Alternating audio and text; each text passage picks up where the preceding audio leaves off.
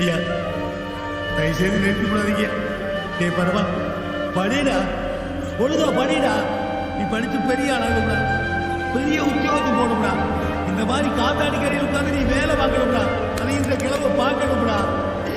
அதுக்கு தாண்டா இந்த உசுரை பிடிச்சிட்டு இருக்கேன். பரவா தயவு செய்து படிடா. டே படிடா.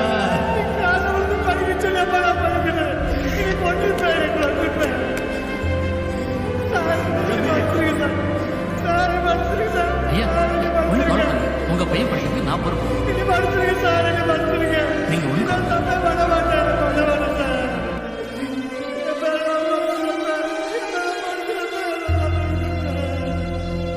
நீங்க என்னால படிக்க முடியல, சாப்பிட முடியல, நிம்மதியா தூங்க முடியல, ஏன் என்னால நிம்மதியா பண்ணு கூட வளர்க்க முடியல. ரொம்ப கஷ்டமா இருக்கு. அந்த விஷயத்தை நினைச்சு ஒவ்வொரு நொடியும் என்னால எப்படி வாழ்றது நினைச்சு கஷ்டமா இருக்கு. தம்பி தம்பி தம்பி படிக்கிறதுனால இவ்வளவு டிப்ரெஷனா இருக்கா அவளுக்கு? மக்கள் எல்லாத்தையும் அப்ரெஷன்ல வச்சிருந்தாங்க, இப்ப எல்லாத்தையும் டிப்ரெஷன்ல வச்சிருக்காங்கப்பா. என்னப்பா சொல்ற? என்னப்பா என்ன படிச்சு எப்படியாவது பாஸ் பண்ணி என்ன பண்றது?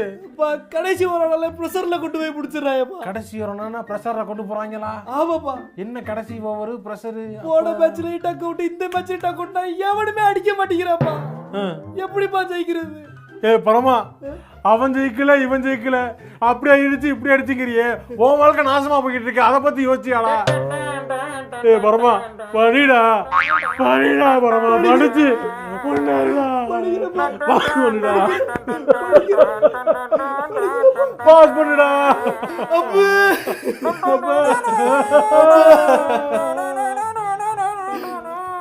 ஹலோ, அடுத்த மேட்ச் குஜராத் டைட்டன்ஸோடயா? அப்பயாச்சும் அடிச்சிருவாளோ? நான் அடிக்கண்டா உடனே, அவன் அடிக்கலாம், நான் அடிக்கண்டா, நான் அடிக்கண்டா, நான் அடிக்கண்டா.